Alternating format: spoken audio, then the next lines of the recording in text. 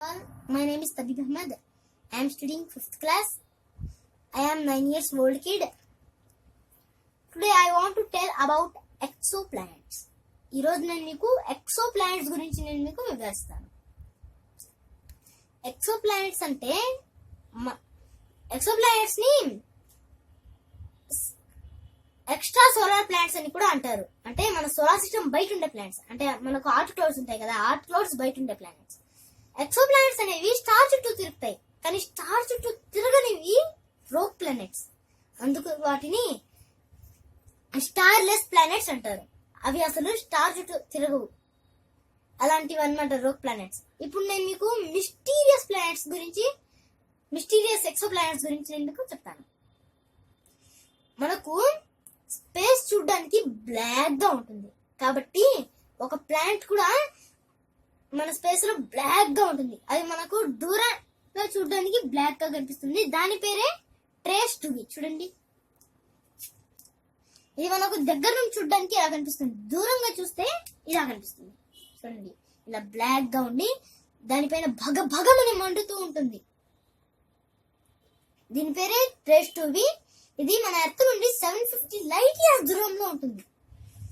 ఆ తర్వాత second planet నేను మీకు చూపించబోయేది, మీకు అందరికి నచ్చిన ప్లానెట్ 55 క్యాంక్రీ E. ఇది ఒక డైమండ్ ప్లానెట్. చూడండి, దీని క్రస్ట్ మొత్తము కార్బన్ తో తయారై ఉంటుంది. చూడండి, లోపల డైమండ్. ఇది మన ఎర్త్ నుండి 40 లైట్ ఇయర్స్ దూరంలో ఉంటుంది. మీకు ఎవరికైనా కావాలంటే ఆ ప్లానెట్ దగ్గరికి వెళ్ళి జేబుల్లో, సంచుల్లో, ఇంట్లో పట్టుకొని వచ్చేయండి.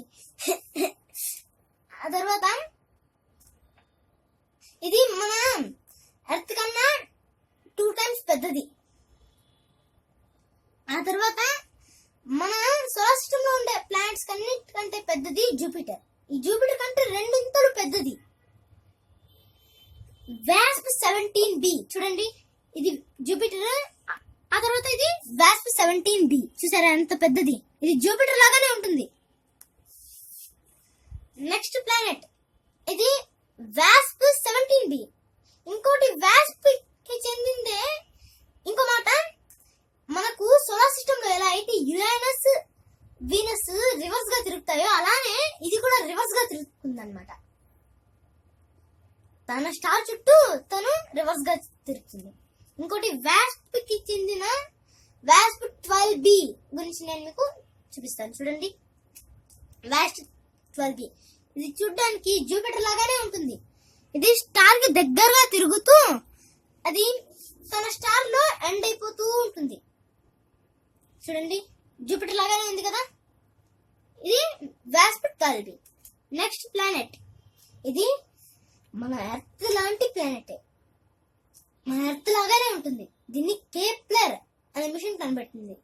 ఎప్పుడైతే మనకు కేప్లర్ వచ్చిందో అప్పటి నుండి ఎర్త్ లైక్ ప్లానెట్స్ మనకు చాలా చాలా కనిపిస్తున్నాయి. ఇది ఎర్త్ లైక్ ప్లానెట్ చూసిందంటే అలానే నిలబడి దాని గురించి స్టడీ చేసి ఎర్త్ పైకి పంపిస్తుంది.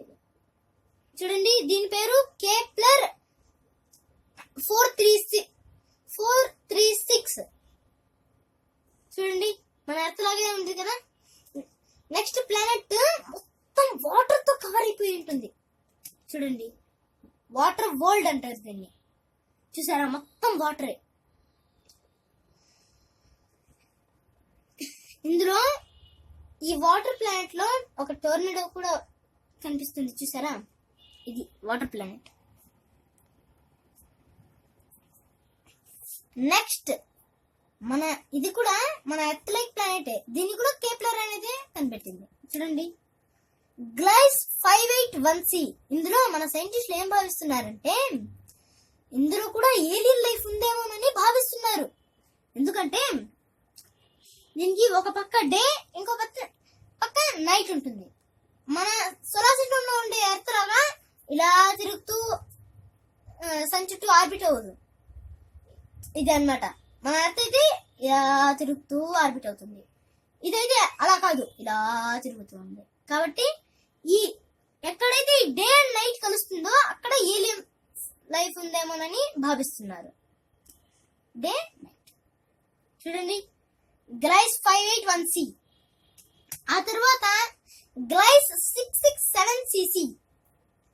ఇది మనం సోలార్ సిస్టమ్ లో మెర్క్యూరీ ఉంది కదా, సన్ చుట్టూ తిరగడానికి 88 days, 1 year అందులో 88 days. అలానే ఇందులో కూడా 1 year అవ్వాలంటే 88 days పడుతుంది.